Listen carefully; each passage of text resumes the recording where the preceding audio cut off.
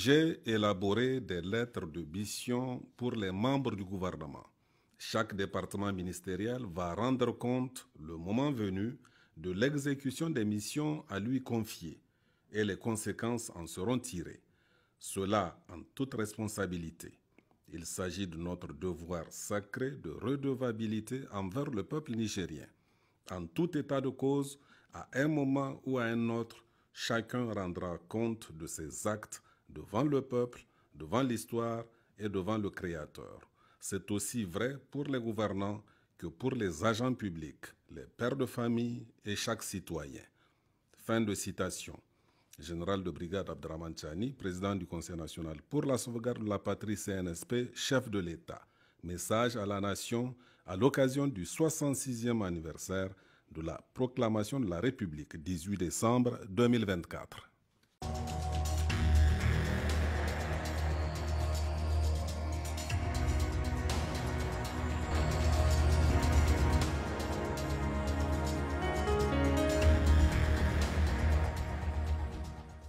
Mesdames, Messieurs, bonsoir. Nous poursuivons notre série d'entretiens avec les membres du gouvernement sur la mise en œuvre de leurs lettres de mission remises à eux par le président du Conseil national pour la sauvegarde de la patrie, chef de l'État, le général de brigade Abdraman Chani. C'est dans ce cadre que nous recevons aujourd'hui sur ce plateau le ministre de l'Agriculture et de l'Élevage, le colonel Elhaj Ousmane Mahamma.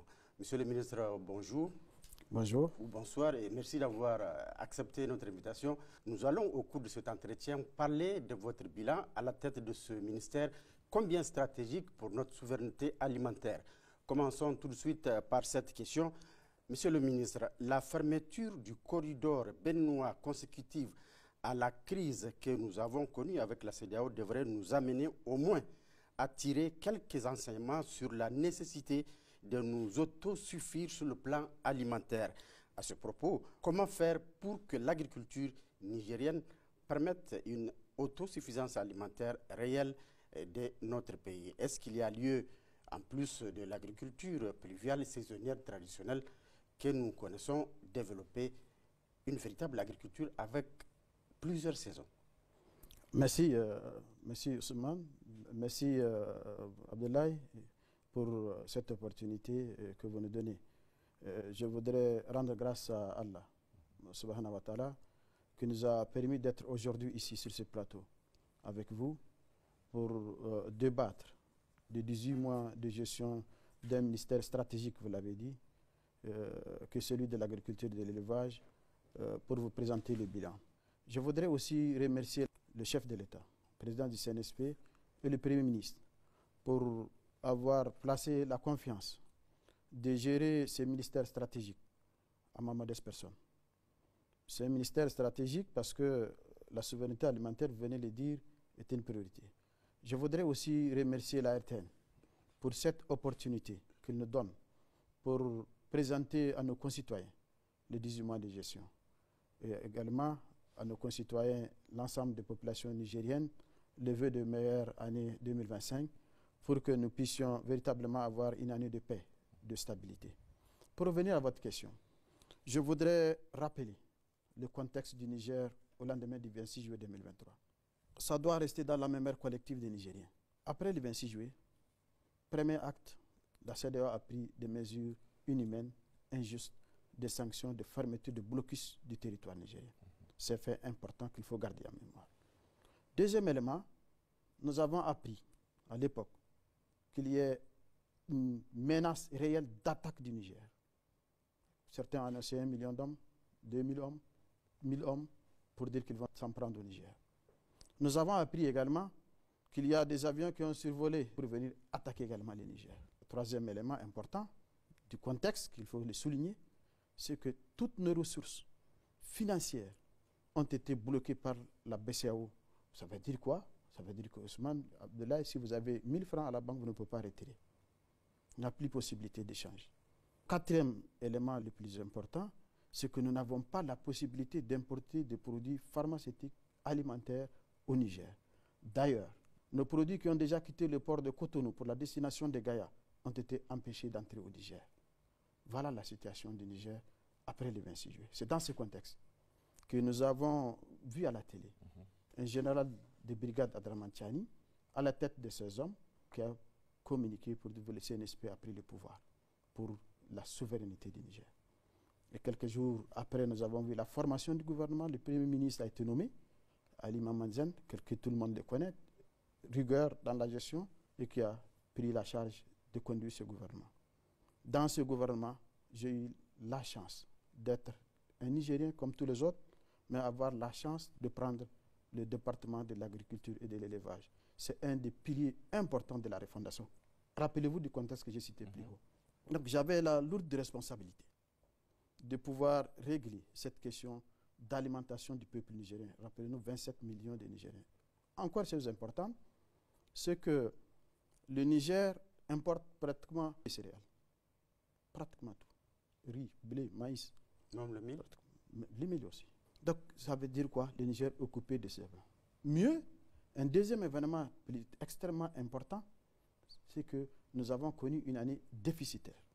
L'année 2023 était également une année déficitaire sur le plan agricole et fourrager. Sur le plan agricole, nous avons eu un déficit de près de 955 000 tonnes. 955 000 tonnes. Nous avons un déficit fourrager de près de 54%, exactement 53,8% de déficit fourrager. Conjuguer le contexte que je vous ai cité avec ce déficit. Deux événements forts où il fallait relever très rapidement. Sur le plan sécuritaire, sécurité alimentaire, et dans ce contexte que le CNSP a mis en marche. La situation était explosive. Explosive, difficile. Et le CNSP a mis en marche ce gouvernement. Dieu merci, le Niger a toujours des relations. Le Togo et le Burkina ont dit au CNSP et au gouvernement, nous sommes disposés à vous accompagner. Il faut remercier le peuple togolais et burkinabé pour cela. Ça doit rester dans la mémoire collective des Nigériens. Vous avez parlé de la question du corridor. Bien sûr. Donc il fallait régler la question du corridor pour l'approvisionnement du pays. Le Togo et le Burkina nous ont répondu favorablement et soutenu le peuple nigérien et le gouvernement. Pour eux. Donc toute une machine a été mise en place. Plus de 2000 soldats ont été mobilisés pour l'escorte de ces vivres, avions pour pouvoir sécuriser et servir le Niger. Très rapidement, ces difficultés sont restées derrière nous. Dans ce contexte que je viens de vous décrire, avec cette situation, il fallait répondre aux Nigériens. Je vous ai dit déficit. Donc le Niger importait des céréales. Pour illustrer, nous importons pratiquement 600 000 tonnes de riz. Par exemple, si nous prenons le riz. Blocus frontière, et nous produisons à peine 20 à 30% de nos besoins en riz. Donc il faut effectivement agir. Et dans ce contexte que j'ai eu la mission de réfléchir pour répondre à ce double contexte. Nous avons mis en branle, donc à partir de la libre vision du chef de l'État, qui dans son axe 3 qui concerne le domaine agricole, nous avons mis la lettre de mission dont vous avez fait cas, avec 7 points essentiels pour dérouler la politique. Et cette politique, nous l'avons fait avec 3 programmes. Premier programme, c'est le développement de production végétale. Deuxième programme, c'est le développement de production animale. Et un troisième programme, un programme de soutien d'institutions pour le suivi et l'action du ministère. Voilà le contexte dans lequel le corridor a été fermé et nous avons. Dieu merci. Vous avez vu avec nous sur le terrain, on s'est croisés sur le terrain, ce que nous avons pu développer. Nous allons revenir plus tard certainement dans les résultats de ce que nous avons pu obtenir. Voilà un peu le contexte. Et donc, même si le corridor bénin est fermé, nous avons un corridor et le Nigérien continue de se ravitailler. Dieu merci. Merci. Monsieur le ministre, qu'est-ce qu'il faut faire aujourd'hui pour mettre en œuvre un programme de valorisation des terres récupérées, de mobilisation de l'eau et de promotion des infrastructures nécessaires pour la production agro-pastorale? Je viens de vous dire que nous avons développé 2 programmes opérationnels. D'accord. Programme de production végétale, programme de production animale. Véritablement, il faut comprendre quelle est la carte du Niger. Le Niger, c'est près de 62 millions de têtes, toutes espèces confondues, en termes d'élevage. Le Niger, c'est un grand potentiel irrigable, des terres irrigables. Le Niger a des potentialités des eaux souterraines et des eaux de surface. Le fleuve Niger, la Komandougou, le Koroma, le Magia, vous connaissez bien les ressources hydriques du Niger. Nous avons 1 267 000 km², mais qui, de termes sous pluie, ne sont pas beaucoup disponibles. Le Niger est partagé en 5 zones. On nous a appris à l'école primaire. Bien sûr. La zone saharienne, semi-sahélienne, soudanienne, etc., etc. Donc si nous regardons les 60 à 70% du territoire nigérien ne peut pas cultiver des céréales en saison pluie uniquement et de manière certaine. Premier constat. Mais nous avons des ressources, ce que je viens de dire. Les ressources en eau. Le Niger est l'un des pays qui est le plus fourni en eau de surface et en eau souterraine. 10 à 15 mètres, jusqu'à 40 mètres, vous avez de l'eau au Niger. Nous nous sommes dit, nous ne pouvons pas nous arrêter uniquement à la pluie pour le cycle de culture. Nous avons développé le programme, ce que nous avons entendu très souvent, le programme Grande Irrigation. De la grande irrigation. Ce programme a visé à s'intéresser, puisque nous avons du potentiel. Nous avons l'eau, nous avons la terre, nous avons quelque chose que Dieu a donné, nous a donné, qui n'est pas transportable, qu'on ne peut pas amener, c'est le soleil. Là où vous avez l'eau, vous avez la terre, vous avez le soleil, normalement il doit y avoir vie. On peut produire. Oui, justement, par rapport à ce programme de la grande irrigation, où est-ce qu'on en est de façon précise? Le 26 juillet 2023, après l'avènement du CNSP et après la formation du gouvernement, j'ai fait l'étape de point sur les aménagements hydro-agricoles. Quand j'ai fait le point, nous avons 18 500 hectares, 18 500 exactement hectares d'aménagement hydro-agricole sous contrôle ONAHA. Pour 1 267 000 km² avec le potentiel irrigable que je viens de citer et près de 27 millions d'habitants. De 1960 au 26 juillet. C'est une catastrophe. Un pays sahélien où on ne peut pas compter sur les cultures pluviales. Donc, qu'est-ce qu'il faut faire? Il faut rapidement aller vers l'aménagement des terres. Et quand on a fait le point sur les 18 500 hectares, nous avons à peine 8 500 hectares qui sont véritablement pratiqués en double saison. Pratiquement 10 000 ont soit en une saison, soit hors usage. Sous-exploité. Sous-exploité. Hors usage, complètement. Ça veut dire que des aménagements de 1960 à date. Première action, il faut réhabiliter les 10 000 hectares qui sont pratiquement hors usage. Une des actions de réhabilitation du programme de l'indication. Ensuite, nous nous sommes dit, si nous prenons des céréales comme le riz, le blé ou le maïs, pour vous illustrer et comprendre, nos téléspectateurs puissent comprendre, si nous prenons le riz, nous avons un besoin à peu près de un peu moins de 700 000 tonnes par an. Si nous devrons produire, c'est pratiquement, je vous ai dit, il y a 20 à 30% qui sont déjà produits en aménagement, hors aménagement, etc. Donc si nous devrons satisfaire la production du riz, il nous faut au minimum 40 000 hectares.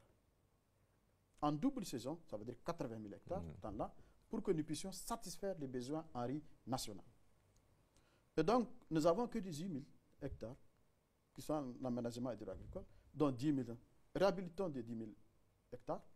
Ensuite, pour avoir les 40 000 hectares, il nous faut faire 21 200 hectares supplémentaires pour ramener à peu près à 40 000, 39 700 exactement, ces chiffres, hectares, pour que nous puissions avoir au moins satisfaire 50% des besoins en riz, à peu près 313 000 tonnes. Ensuite, à satisfaire à quelques céréales importantes qui sont le maïs et le blé. Donc le programme Grande Irrigation consisterait à réhabiliter, à mettre en valeur, réhabiliter, aménager de nouveau et totaliser au minimum 39 700 hectares. Nous sommes à combien d'hectares? J'arrive, je veux bien vous expliquer. Donc, nous avons 2 champs. Et tout ça, nous sommes sous embargo, n'oubliez pas. Nous sommes encore sous embargo. N'oubliez pas le contexte. C'est important pour que vous compreniez. D'accord. Les instructions du chef de l'État, c'est de faire sur les ressources propres internes. Et les ressources ont été mobilisées. Et nous nous sommes mis en gage. On a fait un contrat plan pluriannuel avec l'Office des aménagements hydro-agricoles, ONAHA. Vous l'avez vu sur le terrain. Et nous avons donné un programme jusqu'en 2027. Dans ce programme jusqu'en 2027, chaque année, nous allons réhabiliter 2000 hectares. Nous allons aménager de nouveaux 2000 hectares pour pouvoir absorber le besoin global que je viens de vous exprimer. À ce titre, l'ONAHA a eu dans ce cadre 3700 hectares jusqu'en 2027 pour réhabiliter et de nouveaux 8000 hectares à réhabiliter jusqu'en 2027. 10 000 hectares nouveaux à faire. C'est ça. Donc c'est ça l'objectif de l'ONAHA, c'est ça qu'on appelle le contrat plan côté programme Grande Irrigation ONAHA. Maintenant, nous avons des projets sous tutelle. Le budget national, nous avons réorienté leurs missions dans le cadre du programme Grande Irrigation. qu'est-ce que ça fait? Donc, je vous ai dit, il y a 3700 hectares qui vont être réhabilités. Les restes, par un des projets phares que vous avez vu, où on a lancé sur le Pacipa. Ce projet va prendre la grande partie des restants pour pouvoir aménager de nouveaux périmètres. Et les projets sous tutelle qui sont là pour le reliquat voilà l'action que nous avons coordonnée pour pouvoir aller dans les canaux. En termes de résultats, nous avons, vous l'avez vu, on s'est croisé. Nous avons lancé le programme, on est à 7 mois. Nous avons lancé exactement le 20 mars 2024 le programme Grande Irrigation à partir de Niamey. Et au niveau régional, ça suffit sur l'ensemble. Nous avons bouclé sur l'ensemble des régions du pays. Nous avons lancé à Difa, 160 hectares, avec une digue, l'ADA et CDA. N'était les inondations. Aujourd'hui, Difa allait fournir du riz un peu partout. Deuxième action, le périmètre irrigué de Kassama. Vous l'avez été, j'ai vu votre reportage.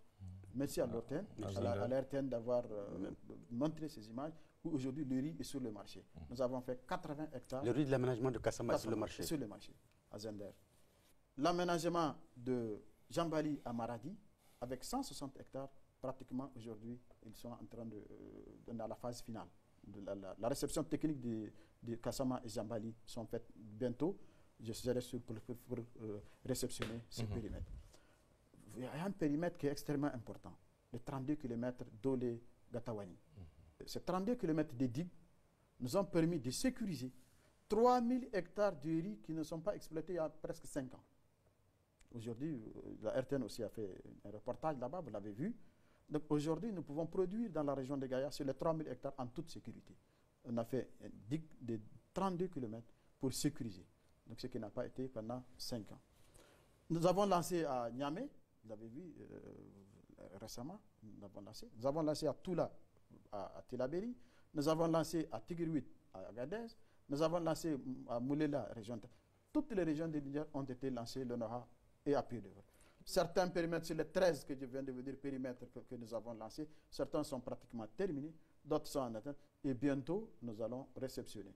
Et en termes de coûts, c'est sur le budget ressources propres. Je vous ai dit, prévu du contexte. Sur les ressources propres, nous sommes à peu près à 23 milliards de dépenses actuellement pour pouvoir faire tout ça. Donc, l'ONAHA est en plein d'œuvre pour la réalisation de ces temps. Et le riz, bientôt, va être sur le marché. Monsieur le ministre, vous avez dit que toutes les régions, pratiquement, il y a eu le lancement, même à Niamey. Mais ce que le problème à Niamey, c'est que ça tarde à démarrer, monsieur le ministre. C'est quoi le problème? Parce qu'à Niamey, ça tarde à démarrer. Ça m'étonnerait que, Abdallah, vous dites que ça tarde à démarrer. Oui. Si vous étiez à Sagia, vous n'allez pas dire ça. Parce que la dernière fois, on avait reçu le directeur général de l'ONAHA qui a parlé des difficultés qu'ils ont au niveau de la région de Niamey, parce que pratiquement, il n'y a pas d'espace à Niamey, monsieur le ministre. Non, il ne faut pas confondre. Il y a deux choses. Il y a l'aménagement déjà existant, qu'on est en train de réhabiliter. D'accord. Maintenant, Niamey n'a pas d'espace supplémentaire pour pouvoir faire des aménagements. Ça, c'est notre question. Et qu'est-ce qu'il faut faire? Non, mais, puisque Niamey, la région de Niamey bénéficie au même titre que les autres régions aussi de ce programme. Qu'est-ce qu'il faut faire? Vous savez, il s'agissait de bassins de production. D'accord. Il ne s'agit pas, si le riz, on peut produire à Maradi pour le besoin de l'ensemble du Niger, on écoulera, on fera des routes, on écoulera. Il ne s'agit pas ici des régions, ou une région pour une région, il ne s'agit pas de cette question. Il s'agit de voir des régions qui ont la capacité, le bassin de production, où on peut produire du riz, par exemple, où on peut produire du blé, et on produira pour le reste du Niger. Nous prendrons les dispositions techniques nécessaires. S'il n'y a pas de route, on créera des routes. S'il n'y a pas de moyens de transport, on créera les conditions de transport pour que la circulation intra-régionale puisse permettre de régler la question. Mais Niamey, c'est vrai, il faut voir que ça m'étonnerait. Niamey, déjà, il y a des périmètres, c'est qu'il ne faut pas oublier. Vous prenez mais qui fonctionnent assez mal, monsieur. Oui, mais justement, vous reconnaissez avec moi que ces périmètres fonctionnent assez mal. Hein? Malheureusement, c'est notre capital héréditaire. Voilà. Ce qu'on a hérité. Très bien. Mais c'est pourquoi le programme Grande Éducation, justement. Donc, on va s'investir, réhabiliter l'ensemble des périmètres qui existent. C'est plutôt un problème de gouvernance. 10 000, je vous ai dit 10 000 hectares non fonctionnels sur les 18 500 hectares existants au Niger de 1960 au 26 juillet. D'accord. Donc, parmi ces 10 000, c'est ce dont vous parlez. OK. Monsieur le ministre, l'opérationnalisation de la grande irrigation nous a permis de battre en brèche plusieurs idées reçues. En effet, nous constatons que l'on peut cultiver, vous l'avez dit, le riz pratiquement dans toutes les régions du Niger. Est-ce que ce n'est pas le moment d'aller plus en profondeur en interrogeant toutes nos certitudes sur les techniques de production, les cultures produites, sur les semences et la nécessité de privilégier l'aménagement des grandes surfaces de production agricole au Niger. Effectivement, le riz, on l'a connu récemment. C'est les Asiatiques qui nous ont amenés. Ce n'est pas notre habitude culinaire. Le riz, pendant longtemps, on pensait que ne peut être fait que dans les endroits où il y en a possibilité d'eau courante, les fleuves. Mais on s'est rendu compte qu'on produit même dans les bas-fonds. On s'est rendu compte qu'on produit même hors aménagement. D'ailleurs, la grande quantité vient de ça. Donc, dans la région des Zender, quand vous partez, dans la région de Magaria, par exemple, vous journalistes, certainement vous avez été, vous allez voir que les gens font un hors aménagement. Donc, effectivement, il faut sortir de ces préjugés pour aller véritablement aller sur le terrain, regarder. Et quand on a regardé, on a dit que non, mais mon Dieu, on peut véritablement produire du riz à Magaria, on peut produire du riz à Difa, on peut produire un peu partout au Niger. Et donc, le potentiel qu'on a aujourd'hui nous permettra de produire du riz à suffisance pour que les Nigériens soient à l'abri s'ils tiennent au riz. C'est normal, c'est devenu de la consommation de masse. On ne peut pas supprimer. Mais c'est pourquoi nous parlons de satisfaire les 50% des besoins à riz de nos concitoyens. D'accord. Donc, je vous dis, nous avons le Koroma, nous avons le jardin d'aménagement, les bas-fonds. On a étudié, la Direction générale du génie rural a déjà su les potentialités qu'on a dans les différentes régions. Et nous avons aujourd'hui à peu près 40 000 hectares qui ont été disponibilisés pour nous par les communes, les départements et les régions sur lesquels nous sommes en train d'agir. J'aimerais qu'on se donne rendez-vous 2027. 2027. Pour que, en tout cas, avec le suivi que le chef de l'État fait et les orientations que le Premier ministre dit, l'ensemble du gouvernement, c'est la question de la souveraineté alimentaire. Je préfère que les faits parlent d'eux-mêmes que de parler avant. On n'aura plus à partir de 2027 pour importer du riz, c'est ce que vous voulez dire ou pas? Attendons de voir. Attendons de voir. D'accord. Monsieur le ministre, la participation des populations reste essentielle dans la lutte pour l'autosuffisance alimentaire. Comment développer des initiatives pour des actions de sensibilisation et d'incitation des communautés locales à la souveraineté alimentaire? Dans ma lettre de mission, j'ai cette charge de sensibiliser et d'aller vers nos concitoyens pour faire passer les messages du gouvernement et du CNSP.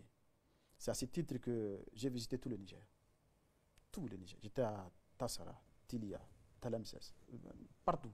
À Madarumfa, Gaïa, Tchibiri, partout où j'étais au Niger. Et justement, l'objet, c'était d'aller vers nos concitoyens, leur faire comprendre la marche du Niger. C'est la question de la souveraineté. C'est quoi? Qu'est-ce que justifie les événements du 26 juillet? Et qu'est-ce que nous comptons apporter aux populations nigériennes, surtout dans le domaine agricole et sur le plan sécuritaire. Vous savez que les ministres en charge de sécurité étaient tellement pris par ces questions de tout le jour.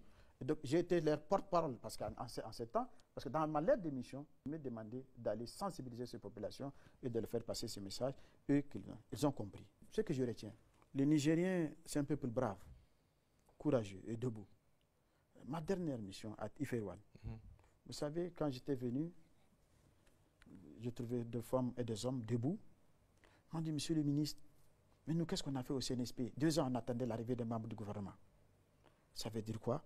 Ça veut dire que les Nigériens, les plus éloignés, ont déjà entendu les messages et attendent du gouvernement des actions. Et nous pensons que dans la forme actuelle, comme nous dirigeons, nous allons répondre à ces préoccupations du peuple nigérien. C'est vrai, le contexte est difficile, il ne faut pas se leurrer. Bien sûr. Le contexte est difficile. Il ne faut pas oublier le contexte que j'ai rappelé. C'est encore le cas. Donc, mais nous allons tenir. Monsieur le ministre, on parle de la population. Sur le terrain, on était ensemble, vous l'avez évoqué. Leur préoccupation principale, c'est la disponibilité des engrais pour un peu améliorer leur production. Et on sait qu'il y a eu des va-et-vient par rapport à cette question. Qu'est-ce qu'il en est réellement? Le Niger détient à peu près un peu moins de 3% des réserves de potentiel en phosphate du monde. D'accord. Je vous dis du monde. Pour produire les engrais? De phosphate. Le Niger détient un peu moins de 40% de potentiel Afrique subsaharienne de phosphate. On n'a pas un grain de phosphate. Ouais. Ça ne vous étonne pas? Vous savez pourquoi? Parce qu'on n'était pas souverain. C'est quoi la souveraineté? Parce que nous ne décidons pas de nous-mêmes ce que nous voulons. Nous sommes orientés dans nos décisions politiques, économiques et tout. C'est ça la souveraineté. Ça veut dire aujourd'hui la souveraineté, c'est ça la vision, le livre vision du président, c'est la souveraineté, c'est ça la Bousseni Zentiankase, c'est ça la souveraineté. Ce n'est pas un slogan. Bien sûr. C'est une vision. D'accord. Et dans cette souveraineté, nous déciderons par nous-mêmes, Nigériens, décideurs, pour le Niger et par les Nigériens. C'est ça la souveraineté. Et donc, ce qui fait que, pour revenir à votre question d'engrais, comment on va avoir une telle potentialité et ne même pas produire un grain d'engrais? Il y a un vrai problème. Et c'est pourquoi j'ai été instruit par le chef de l'État et le Premier ministre pour approcher l'office chérifien du phosphate, qui est un des Marocains, qui est le géant du phosphate en Afrique. Donc, nous avons signé une convention. Nous allons faire une industrie de fabrication d'engrais adaptée à toutes nos sols. Et donc, très bientôt, j'irai au Maroc. Je discuterai. Le directeur général était ici à Niamey. Nous avons fait cette convention. Et nous allons. Le financement à travers le projet PASIPA que je viens de dire est pratiquement acquis, bouclé. Donc, nous allons créer une industrie pour pouvoir faire transformer notre phosphate en engrais adapté à nos différents sols. Vous savez, je vais vous dire quelque chose. Au Niger, on a 3 types de fertilisants qu'on importe. Engrais, NPK 1515, urée et DAP. Comme si le sol nigérien est le même partout. Non, on va changer ça. Avec une usine, peut-être on va créer des engrais adaptés à Niamey, à Tilaberi, au sol d'Agadez, etc., etc. Donc nous sommes très avancés. Et ce phosphate, le problème d'engrais, d'ici 2027, ça va être derrière nous. Que devient la Caïma? Une fêtière tellement connue. La Caïma, c'était une catastrophe. Ça n'existe plus? Ça existe, c'est une catastrophe. Et il y a 48 heures, nous avons soumis depuis notre arrivée, nous avons pris en charge cette Caïma-là. À un moment, dans le cadre des réformes, encore une fois la souveraineté. Dans le cadre des réformes, avec l'Allemagne et les États-Unis, on a arraché la possibilité de commercialiser, d'importer et commercialiser de l'engrais à la Caïma pour le privatiser. Ce n'est pas mauvais en soi si les principes sont bien suivis. Les fameuses réformes. Ouais. Quand on est venu, j'ai eu la charge, on a repris ce dossier. Est-ce qu'aujourd'hui on peut s'autonomiser sans que l'État ne soit présent dans l'engrais? Vous pensez que c'est possible? Non. Il faut que l'État soit présent, c'est un domaine stratégique. L'engrais, c'est comme le pétrole. L'engrais, c'est comme l'eau pour l'agriculture. Donc, véritablement, il faut prendre en charge cette question d'engrais. Et nous avons réformé. Il y a une ordonnance qui est signée il y a 72 heures qui a donné la plénitude. Mieux, nous avons regardé. Aujourd'hui, depuis que la Caïma existe, aucun outil de la mécanisation de notre agriculture. Nous avons dit, non, ça ne va pas. Donc, nous avons redonné. Nous avons, avec des partenaires qui respectent la souveraineté du Niger, notamment l'Inde et la Chine, nous avons eu des échanges et nous allons faire une usine d'assemblage de matériel agricole, tracteurs, tout ici à travers la Caïma. C'est pratiquement bouclé. Voilà ce qu'il faut faire. Véritablement, la Caïma va prendre la plénitude de ces missions, mais avec pas pour donner des milliards et qui s'effondreront. Je vais vous expliquer quelque chose que vous ne savez pas. Il y a quelques années, la Caïma importait à peu près à 400 000, 450 000 engrais. Subventionné à 50%, ça veut dire le sac de 50 kg était vendu à 13 500. Mais sur les marchés, c'était 15 000 francs, même si ce n'est pas subventionné. Ça veut dire quoi? Ça veut dire que l'État a été grigé. Nos pauvres paysans ont été grigés. Ils pensaient avoir un engrais 13 500 subventionné à 50%. Mais en réalité, sur le marché, c'est à 15 000 au maximum. Encore, il y avait le problème de disponibilité. Disponibilité, tout ce que vous pouvez imaginer. Donc, il faut regarder tout ça. Et le devait mettre, on a nommé un directeur général, un homme intègre, M. Ba, qui va faire cette réforme. Et Inch'Allah, ce que nous comptons faire, nous pensons que nous pouvons redémarrer la Caïma et lui donner des missions très claires, précises, avec une rigueur dans la gouvernance. Donc la Caïma ne sera plus cette vache à lait des hommes politiques ou pas? Je pose la question. C'est très clair. Quelle a été, je ne sais rien, mais en tout cas, nous allons mettre la gouvernance. D'accord. Nous allons mettre l'axe premier du livre vision du chef de l'État, c'est la gouvernance. Bien sûr. La sécurité, c'est la gouvernance. N'oubliez pas, il faut toujours vous rappeler de cela. Donc, on doit faire la gouvernance dans nos structures pour que véritablement les missions définies par les législateurs à ces structures puissent véritablement appliquer. D'accord. On va poursuivre cet entretien, M. le ministre. Beaucoup d'initiatives ont été prises dans notre pays en vue de parvenir à une autosuffisance alimentaire. Mais force est de constater que cet objectif n'a pas encore été atteint. M. le ministre, s'agit-il au départ d'un problème de bon diagnostic ou bien ce sont les solutions qui n'ont pas été à la hauteur de l'objectif poursuivi ou recherché? Si nous regardons bien, de 1960 au 26 juillet, nous pouvons à peu près regarder 5 à 6 courants, actions qui ont été faites. La période Diori, personnel, un homme visionnaire. D'accord. Vous savez, il avait un budget autour de 25-30 milliards maximum. Vous savez ça?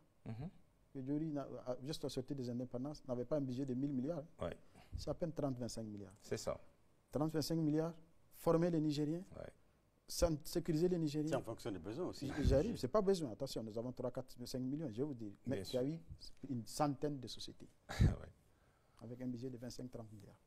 C'est un homme visionnaire. S'il était resté avec sa vision jusqu'à aujourd'hui, Niger, on serait... Loin. On serait le Dubaï de l'Afrique. Ah oui, ok. D'accord. Ça, c'est une période. Ensuite, cette période consistait à développer l'agriculture céréalière. Cette période. Vous vous rappelez les milles et le sorgho, c'était les... Ensuite, des cultures de rente, le niébé et l'arachide, d'où les sonara. Donc nous étions un des bassins de production d'arachide. Plus tard, des raisons autres justifieront cela. Ça, c'est une période un peu de relance. Mais les sécheresses consécutives ont fait l'élan, ont mis à pas la marche. Donc ça n'a pas donné le résultat, malgré toutes ces questions-là. La période 74, la prise du pouvoir par le CMS, oui. C'est la période qui ressemble un peu à maintenant. C'est la période de grands aménagements hydro-agricoles. Donc, c'est-à-dire que le président Kounché a eu la vision d'aller vers, pas uniquement sur les cultures pluviales, mais en irrigué. D'où la création de l'ONA, cette mission d'aménagement des grands espaces. L'héritage existe. Voilà, ça existe, l'héritage existe. Ensuite, le programme d'ajustement structurel qui est venu liquéfier le Niger.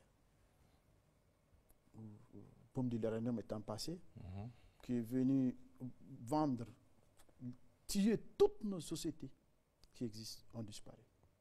Normalement, en ajustement structurel, si c'est sérieux, encore une fois la question de souveraineté. Il faut comprendre le sens des choses. Si c'était sérieux, on aurait restructuré les sociétés, les mettre sur le rail, même si on enlève du domaine public, les part dans le domaine privé, mais avec un accompagnement qui est derrière. Toutes les sociétés, aucune n'existe. Les sociétés que vous avez l'habitude de réciter à l'école primaire, vous les avez vues, une qui existe, elle n'existe pas. Ça, c'est parce qu'on n'était pas souverain. C'est des dictats des institutions financières. Normalement, un programme d'ajustement structurel, ça doit aller avec des programmes structurants. Bon, c'est pourquoi il est difficile de juger des actions des gens. D'accord. Ensuite, après ça, la période 2000-2010.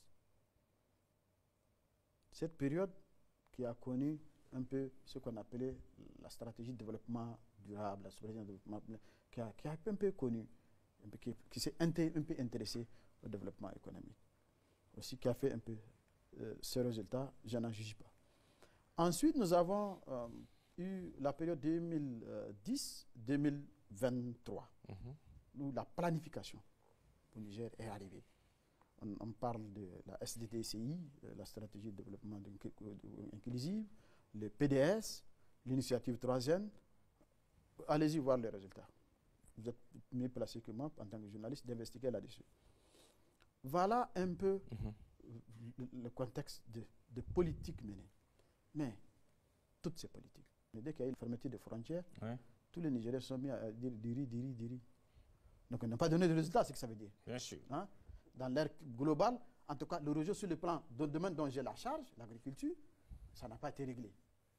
Et que ferez-vous différemment aujourd'hui? Justement, quelle politique agricole envisagez-vous de mettre en place pour y parvenir, monsieur le ministre? Justement, j'arrive à ça. D'accord. Je vais vous expliquer un peu encore le Niger. Quelle est la carte du Niger actuelle? Si vous regardez la carte du Niger, je vous ai dit tantôt, tout à l'heure, sur le plan pluviométrique, pratiquement, si vous regardez, la zone productive, c'est de la RNA jusqu'au sud, la zone soudanaise. Elle s'est rétrécie. Elle s'est rétrécie. Donc, ça veut dire quoi?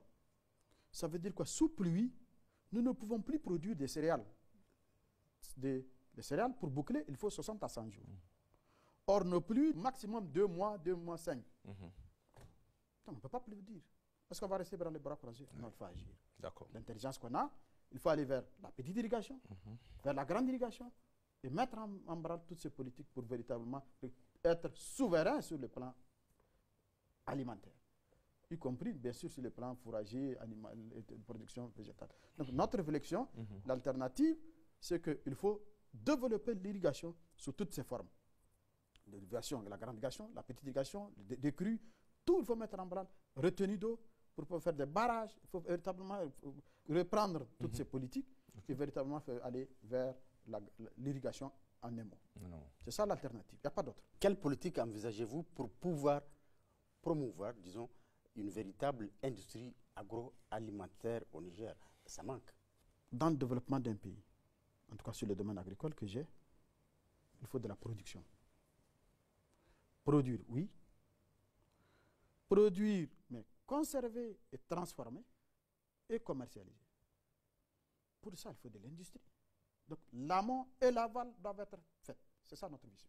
Notre première option, c'est que nous ayons la capacité productive. Aménagement des grands espaces, voir là où il y a possibilité d'irrigation et sécuriser. Et produire. Mais pour produire, il faut de l'engrais, ce qu'on a dit plus tôt. Il faut des semences. Il faut des outils mécanisation. Il faut de l'eau. Il faut de l'eau. L'eau existe. Le Niger pour l'eau n'a pas de problème pour l'irrigation. Notre problème, c'est les engrais. Notre problème, c'est les semences. Il faut améliorer la recherche avec l'INRAN. Il faut l'adapter, des semences améliorées, adaptées à nos contextes qui ont un rendement élevé. Donc, il faut aller vers l'amélioration de ces données. Aujourd'hui, nous sommes en train de faire un certain nombre d'actions que nous verrons. Donc, voilà ce qu'il faut faire. Mais si vous produisez beaucoup et que vous ne transformez pas, ça ne tirera pas. C'est du gâchis. C'est du gâchis, ça ne tirera pas. La conservation, c'est des produits alimentaires qu'il faut conserver. Donc, en même temps que nous allons produire, avec le projet dont je viens de dire, 1 milliard de dollars, nous avons 350 millions qu'il faut faire produire. Accompagner des producteurs dans la production à travers l'irrigation. Toute production veut dire fourragère et alimentaire. Ensuite, en même temps, dès qu'on a une capacité productive qui peut drainer une industrie, il faut aller vers l'industriel. Créer des industries laitières, créer des industries d'abattoirs, créer des industries de transformation de tomates, par exemple, créer une industrie de transformation de canne à sucre, créer une industrie de transformation de blé, de pâte alimentaire, etc., etc., etc. L'industrie doit venir. La question du Niger, le développement du Niger, passera par l'industrialisation, passera par le développement agricole. Parce que pourquoi?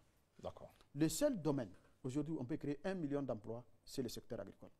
Il s'agit de faire. Et on attend quoi? Il faut investir. Voilà. Ce n'est pas en un jour. C'est pas en un jour. Des actions de développement ont pris des siècles ailleurs. Nous allons faire mieux. L'urgence du temps est là. On va agir. Mais véritablement, il faut l'industrialisation. Véritablement, il faut former pas des diplômés, ingénieurs. Non, il faut que nos cadres qui se forment doivent être des cadres de terrain qui vont aller. Ça ne vous atteindrait pas un pays comme le Niger avec 62 millions de bétail de toutes les espèces comme on dit, les capacités, potentialités que je viens de dire, irrigables, etc., que je viens de dire, un ingénieur agronome, un docteur vétérinaire, un cadre supérieur de génie rural, un ingénieur génie rural, disent qu'ils sont en chômage, ils sont croisés les bras. Vous trouvez que c'est normal?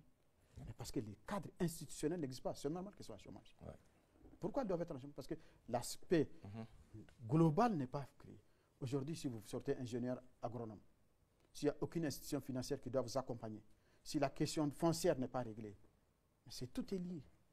Donc, il faut revoir la réforme sur la question foncière pour que l'accès à la terre soit possible aux jeunes, parce que les jeunes n'ont pas de terre. Il faut que la réforme, nous sommes en train de faire une grande réforme dans ce sens-là, qu'on va proposer au gouvernement, et l'accessibilité à la terre soit possible aux jeunes et aux femmes, aux jeunes diplômés. Il faut qu'il y ait un accompagnement en termes d'accès financier. Aujourd'hui, les banques sont toutes commerciales. La baguerie est là, mais son taux aussi est exorbitant. Donc il faudra qu'on ait des microfinances et des banques comme la baguerie qui doivent être redimensionnées et qui doivent accompagner à des taux bien étudiés pour que les jeunes puissent aller à la terre. Je vous assure, on peut créer de l'emploi. On n'aura pas de problème d'emploi si on s'intéresse à ces questions que je viens d'évoquer. D'accord. Monsieur le ministre, de manière très concrète, comment développer un programme prioritaire de transformation, vous l'évoquez, du potentiel agro-pastoral conformément aux objectifs de la souveraineté alimentaire que nous recherchons? Je viens de le dire, Abdoulaye. Si nous regardons l'histoire, c'est la révolution industrielle qui est venue après le développement agricole. Bien sûr. Je suis en train de vous séquencer. Donc, nous allons produire, Nous allons plancer des industries autour de toutes ces potentialités que nous avons. Par exemple, la région d'Agadez, si je vous prends. C'est une région de production d'agrumes. Nous sommes en train d'aller vers, il faut créer une usine de transformation de ces agrumes. Sur place. Sur place. Par exemple, DIFA. Nous produisons sur le plan animal, par exemple. DIFA produit, ce que j'étais surpris, j'ai vu les chiffres avec les services de l'environnement régional, 50 000 tonnes de poissons qui partent. Oui, tout à fait. Mais 50 000 tonnes de poissons, ce n'est pas rien. Mais il faudra que ces poissons fumés qui partent en tous sens, d'où le projet poisson que nous avons initié, que nous sommes en train de faire, pour que ce poisson ne parte pas dans des pays voisins, mais puisse venir à Zender, Maradi, Dosso et Niamey. Donc nous allons créer des comptoirs à Maradi, à Zender, à Niamey, pour que ce poisson, à 10 fois le ratio de poissons que vous avez, avec le fonds de solidarité, l'appui du fonds de solidarité, et notre propre budget au niveau du ministère de l'Agriculture, et quelques projets que nous avons, nous sommes en train d'orienter pour que des jeunes puissent avoir l'emploi et les poissons puissent véritablement. Donc il faut créer de l'industrie. Si on ne crée pas de l'industrie, ça ne peut pas aller. Donc tout ça, c'est vrai, maintenant on est en urgence. Ça aussi c'est au programme d'ici 2027, puisque apparemment 2027 est devenu une année de référence pour avoir des résultats concrets. On verra. Peut-être que je ne serai pas ministre, mais là, en tout cas pour le gouvernement, tout ministre qui sera là, va aller dans ce sens-là. C'est ça l'action du gouvernement. Je vous dis, l'action du gouvernement, ce n'est pas le ministre de l'Agriculture Ousmane qui est important. C'est l'orientation stratégique du gouvernement, comment régler les questions que je suis en train de vous décrire. Donc c'est de ça qu'il s'agit. Monsieur le ministre, pouvez-vous nous dire, pour que les Nigériens le comprennent bien, les places de l'agriculture et l'élevage dans l'économie nigérienne et comment œuvrer pour l'amélioration afin que ces deux secteurs contribuent véritablement à notre développement socio-économique? Les deux secteurs contribuent un peu moins de 43% au PIB. Emploient 80% de la population active, qui ne vivent soit comme activité primaire ou secondaire. Est-ce qu'on peut réfléchir autrement? Ensuite, nous avons 62 000 millions de têtes toutes espèces confondues. C'est le pays, en avantage comparatif, c'est le premier pays en Afrique de l'Ouest. Ensuite, nous avons des terres pâturables, presque un peu moins de 700 000 km² d'espace pâturable, avec tous les potentiels hydriques que je vous ai dit plus tôt. Mais c'est l'agriculture et l'élevage qui est le pilier du Niger. Mais où est-ce que 80% de la population, qu'est-ce qu'il faut faire puisqu'ils vivent de ça, si on ne s'occupe pas de ça? Bien sûr. Donc véritablement, toute action qui veut que le Niger soit demain un pays doit agir là. Et c'est ce que nous sommes en train de vouloir faire avec le programme de souveraineté alimentaire. Donc ce programme de souveraineté alimentaire va faire quoi? Je vous ai dit tout à l'heure, peut-être avant la question, j'ai répondu, mais c'est qu'il faut aller vers l'industrialisation, vers le développement des abattoirs, de laiteries, transformer, produire et transformer tous les produits. Maintenant, qu'est-ce qu'il faut faire? Comment il faut aussi que l'agriculture ne devienne pas une agriculture consommatrice des ressources du budget de l'État. Il faut qu'elle participe à ça. Il faut fiscaliser à travers l'industrialisation, à travers tout ce qui s'ensuivra. Donc pour que l'agriculture, en même temps qu'elle participe à 43%, un peu moins de 43% au PIB, il faut qu'elle participe à la constitution des recettes de l'État. Donc quand on va transformer... C'est le donné qui parle. Oui, bon, peut-être que c'est la formation. Monsieur le ministre, la promotion des cultures de rente est plus que jamais une nécessité. Hein? Vous êtes d'accord avec moi? Comment développer une approche spécifique de promotion des cultures de rente et des produits d'élevage sur les marchés nationaux, régionaux et internationaux? Oui, dans notre programme, nous avons identifié un certain nombre de filières sur les produits de rente. Déjà, nous avons l'arachide et le nébé, et l'oignon, qui étaient déjà des produits qui étaient un peu plus ou moins, qui ont pris un pas. D'accord. Nous sommes un pays aussi qui a tendance à produire de la tomate. La tomate. Nous sommes un pays aussi qui est en train de s'investir, à se spécialiser dans les sésames. Nous sommes aussi un pays qui est aussi connu pour les souchés. Bref, l'oignon, nébé, arachide, souché, ceci, il faut les accompagner. D'abord, en disponibilisant des semences adaptées avec des rendements, avec l'INRAN, bien évidemment. Ensuite, il faut les accompagner en intrants, engrais, pour que véritablement ça puisse mieux aller. Troisièmement, il faut mécaniser notre agriculture pour que ça puisse arriver. C'est ça l'objectif de ce programme. C'est un programme, ce n'est pas un projet, c'est un programme. Voilà un peu, quand on va investir dans ces questions-là, la question de produits de rente va être véritablement. L'agriculture et l'élevage au Niger ne sont pas que des activités de production. Il s'agit tout à la fois d'une culture donc, qui tient qui prend en compte nos us et coutumes et d'une façon de vivre. Quelle politique et quelles mesures envisagez-vous pour concilier nos cultures et la nécessité d'une grande production dans les secteurs de l'agriculture et de l'élevage? Merci. Pour illustrer votre question, lors de mes grandes tournées, suivies de la campagne pastorale, j'ai rencontré un groupe de pasteurs au nord-est d'Abalak. C'était avec le gouverneur de Tawa. On s'est arrêté. Je l'ai questionné sur la situation de la campagne. C'était dur, vraiment dur. 2023-2024, c'était très dur sur le plan pastoral. J'ai dit, mais vous avez à peu près une centaine de têtes. Vous auriez dû vendre les 50 plus tôt, économiser l'argent, et quand la saison passera, vous rachèterez sur le marché. Vous savez ce qu'il m'a dit? Il m'a dit, monsieur le ministre, c'est vous le ministre? Non, j'ai dit oui, oui. Il m'a dit, monsieur le ministre, si j'ai vendu les 50 restants allaient périr pendant la saison, je n'aurais pas de quoi reconstituer. Moi, j'allais lui donner une leçon de stockage pour reconstituer. Lui, il m'a donné une leçon d'économie. Il m'a dit, si j'avais vendu les 50 autres allaient mourir et je resterais, je n'aurais pas de quoi reconstituer. C'est ça la culture.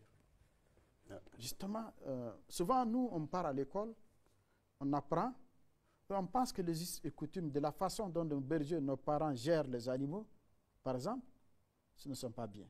Mais tandis que c'est toute une école. Il faut aller vers eux, questionner pour voir que c'est véritablement une culture qu'il faut concilier avec les savoirs qu'on a eus pour véritablement avoir. Ils ont le savoir. Pour les pratiques culturelles,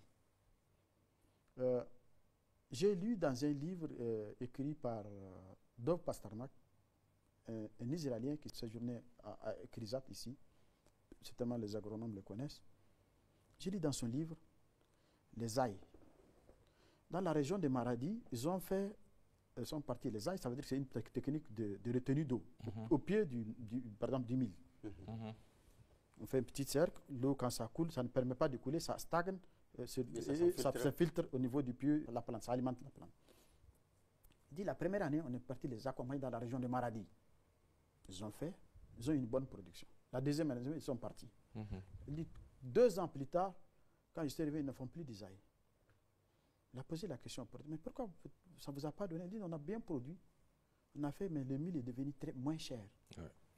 Donc on perdait beaucoup. Donc c'est pourquoi on n'a pas voulu faire pour produire inutilement. Bien sûr.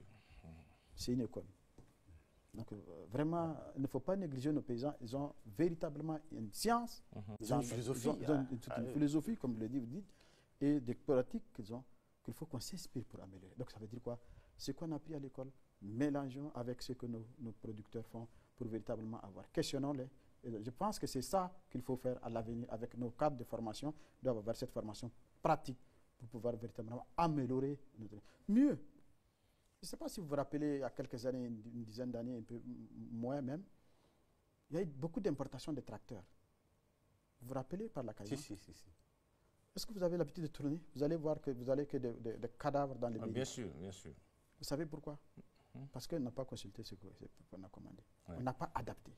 Ce n'est pas adapté. C'est cher d'abord, les pièces de rechargement, mais un paysan qui a 1 hectare, s'il doit louer un tracteur à 500 000, or le revenu net d'un hectare ne peut pas dépasser 300 000. Ça veut dire que ce n'est pas des besoins réels, quoi. Exact.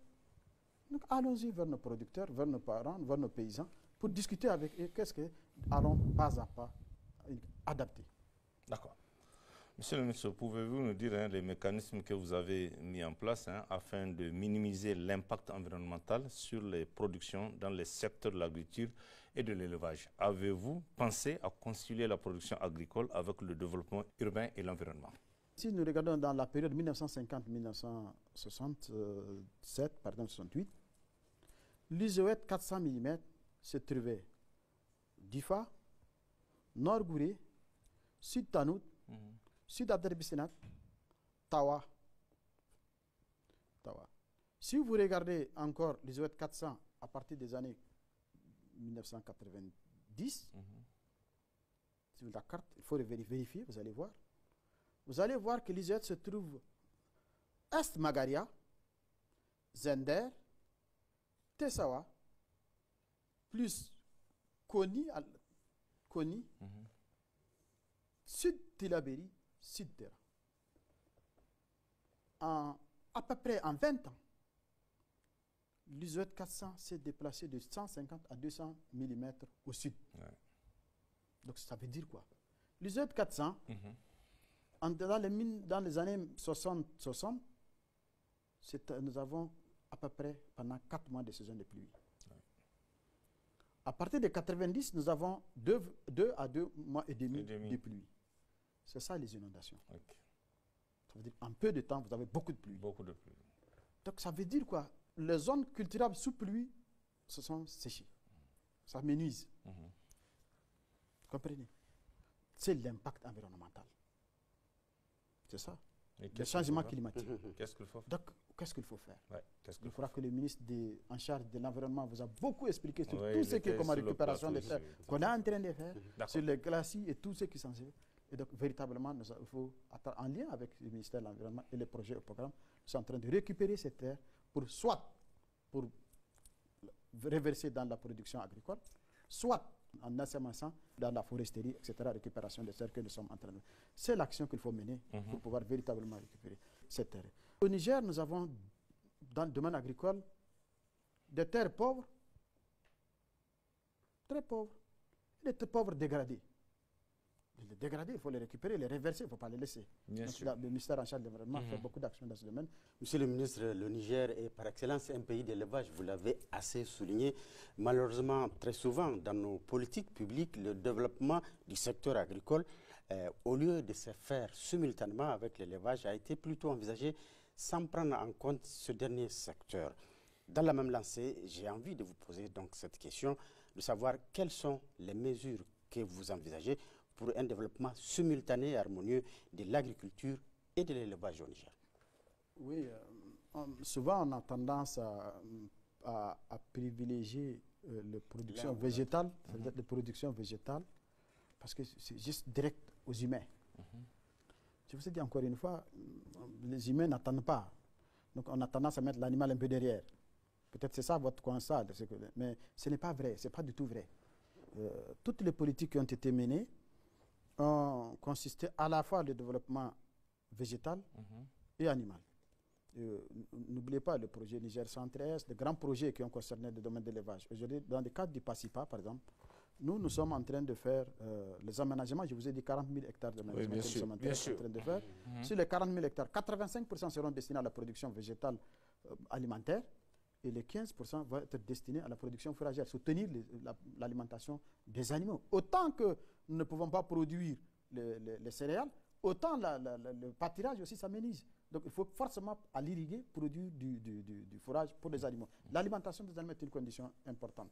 Donc il faut aussi, pour concilier, donc c'est là où la complémentarité entre les deux, il faut vous rappeler à notre enfance. Il y a un contrat entre un éleveur et un agriculteur. Oui, on amenait les animaux dans les champs, puisque la jachère n'est plus possible. Il y a un contrat. Donc le résidu de culture, les animaux broutent, il y a des fumiers fertiliser les champs. Mais depuis, les animaux n'ont plus droit à ces résidus. On coupe immédiatement et on vend. La complémentarité entre l'éleveur et l'agriculteur a disparu. C'est un peu cela. Maintenant, il faut produire à partir de fourrage. On a du luzerne, on a des doliques, on a des variétés qui sont adaptées à notre environnement. On va propulser. Mais aussi, on ne laisse pas de côté l'élevage. Je vous ai parlé tantôt de création des industries laitières, des abattoirs. Nous avons, par exemple, nous sommes pour parler avec des privés qui s'intéressent à faire l'abattoir à Maradi.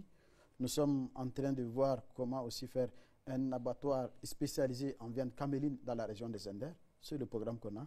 Dans le cadre du PACIPA, je pense que nous allons avancer. Aussi, nous sommes actuellement des missions sur le terrain dans le cadre du projet PADILAV. Ça veut dire que pour la production filière lait et viande, très bientôt, les études sont en train d'être conduites. Très bientôt, nous allons lancer ce projet après les études et qui va prendre en charge cette question des filières développement, l'aspect industrie, développement des filières animales. Monsieur le ministre, il y a un secteur où nous avons besoin d'une véritable réflexion et de recherche innovante. C'est bien dans les secteurs de l'agriculture et de l'élevage. Cela nous amène à vous poser la question de savoir l'état dans lequel se trouvent nos centres, écoles et instituts des secteurs de l'agriculture et de l'élevage.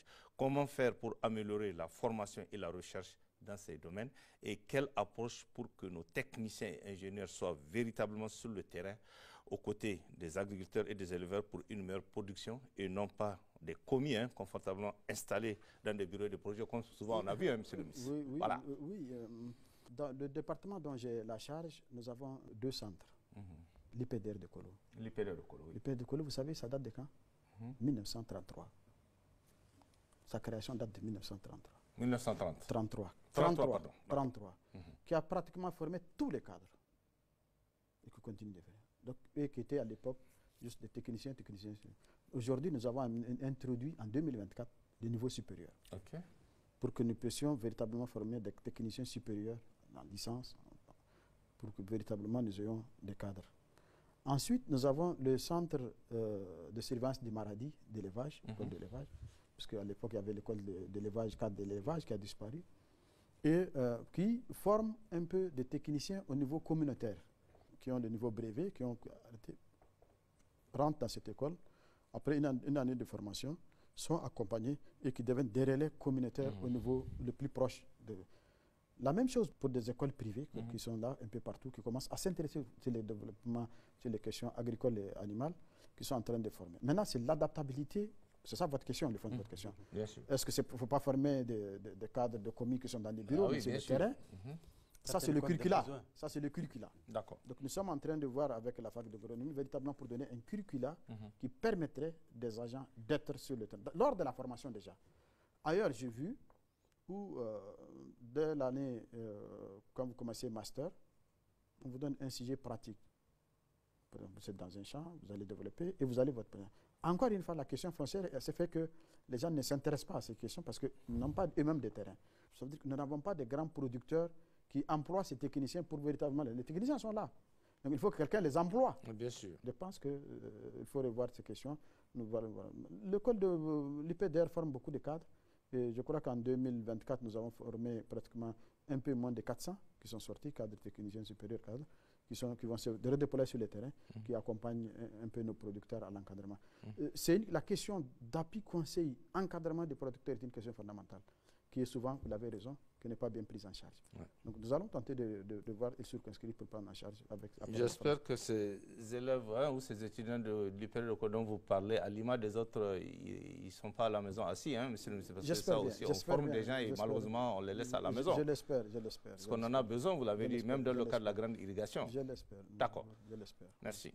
Pour finir, monsieur le ministre, nous sommes désormais dans une confédération, l'AES.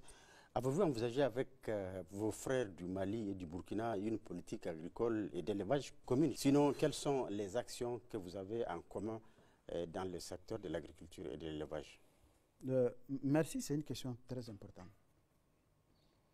Nous avons pensé d'abord à refonder, je vous ai des réflexions pour que nous puissions réfléchir à un développement agricole. J'ai mis, il y a presque 7 mois, un comité qui a travaillé sur la politique de la refondation de la politique agricole, pour véritablement agricole, ça en a agriculture et élevage, pour nous faire sortir. Ils ont travaillé sur 9 thématiques qu'ils nous ont proposées et qu'on va soumettre au gouvernement pour que tous les acteurs puissent se retrouver et quelle agriculture pour notre espace. J'étais en contact avec mes collègues du Mali et du Burkina. Nous sommes en train de sortir de l'Union africaine, post-Malabo, et nous sommes sortis de la CEDEAO. Donc, il faudra véritablement réfléchir pour avoir une politique commune agricole. Puisque à l'époque, dans la CEDEAO, nous sommes en train d'aller vers une politique commune agricole, les PDDA, tout ce qui s'ensuit, etc.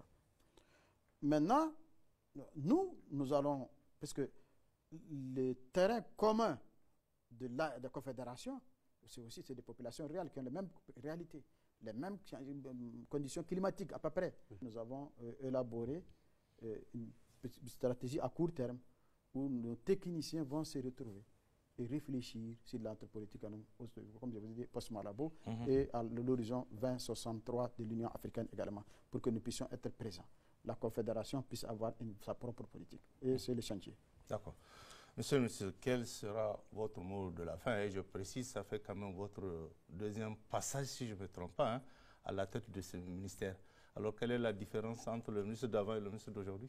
Effectivement, j'avais eu en charge l'opportunité de gérer l'élevage en 2011 et 2016. Voilà. Je ne jugerai pas mon résultat, allez-y demander, vous allez voir. Vous savez, on a tellement de potentialités. Dans mes lectures, j'ai vu qu'on a une ressource qu'on appelle zéolite. Analcime, ça s'appelle son nom. Qu'est-ce que c'est? Voilà. C'est zéolite, analcime, c'est un fertilisant. Seul Dieu sait ce qu'on a comme tonnage dans la région d'Arlit, région d'Agadez. Même si le Ténéré, vous prenez, vous mettez des zéolites, vous pouvez produire. Mais c'est là, il y a eu des recherches, c'est quoi, dans les années 50. Un chercheur français, encore c'est toujours eux. C'est une ancienne découverte. Oui, qui a été découvert, mais mis sous tiroir. Donc ça veut dire quoi? Au lieu de dire aujourd'hui engrais, si nous nous intéressons à cette matière, je vous dis qu'il peut même le sable fertilisant, les zéolites. Analcime, ça s'appelle. Que nous avons en pagaille. En perspective, pour revenir à votre question. À mon avis, il faut régler la question foncière au Niger. Aujourd'hui, nous avons de grands espaces, mais nous ne pouvons pas produire, nous ne pouvons pas récupérer. Il y a une réforme foncière véritable, une vraie révolution à mener. À ce titre, j'avais mis un comité qui a travaillé, qui a multi-acteurs, pour harmoniser tous les textes, depuis la création du Code rural, tout ce que vous connaissez, pour harmoniser tous les textes et faire. Cette question, c'est un chantier important. Deuxième, c'est la mécanisation de l'agriculture. Il faut mécaniser notre agriculture. Il faut aller à la mécanisation. À la mécanisation.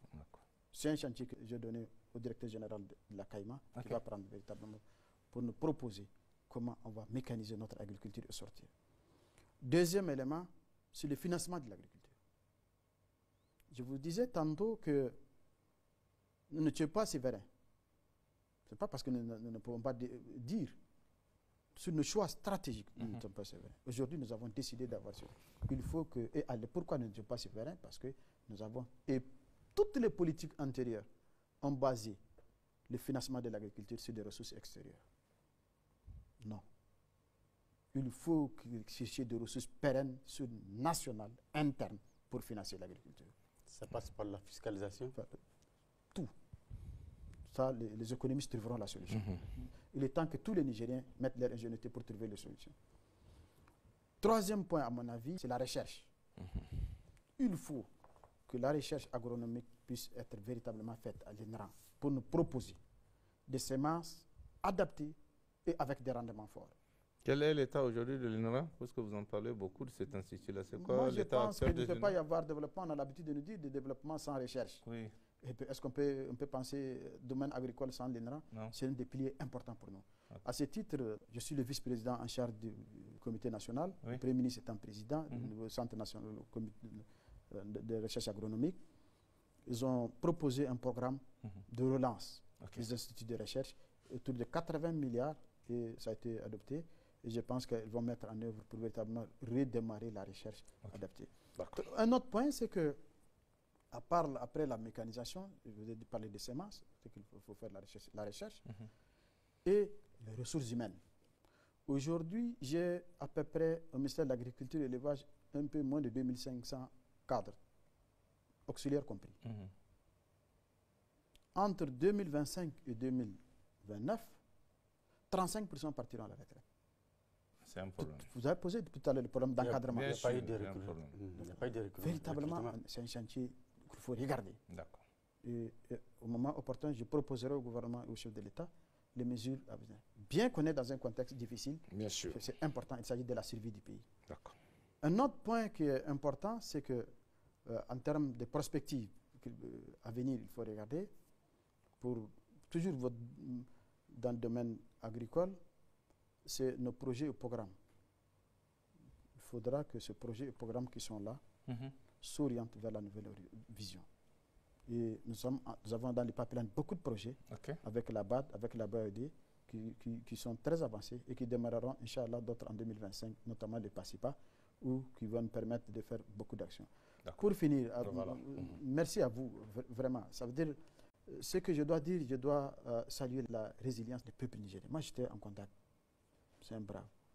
Vous savez, si nous regardons au lendemain du 26 juillet,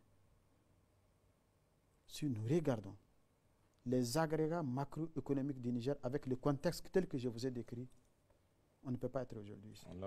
C'est juste. Il y a 3 éléments peut-être qui ont conclu à ce que nous soyons ici. Ces 3 éléments, c'est la résilience du peuple nigérien. qui a compris le message. Deuxième élément, la gouvernance. Qui a changé. La gouvernance. Et troisième élément, Allah avec nos prières et tout qui nous a aidés. Et c'est cela. Et ça doit continuer à aller dans ce sens. Et nous, gouvernants, on doit être droit. Pour que nous soyons en harmonie avec les populations. Et cela va nous permettre de réussir cette marche-là. Voilà un peu. Merci, Monsieur le ministre, pour toutes ces réponses à nos questions. Mesdames, Messieurs, nous voilà à la fin de cet entretien. Merci de votre aimable attention. Passez un excellent moment en compagnie de nos programmes.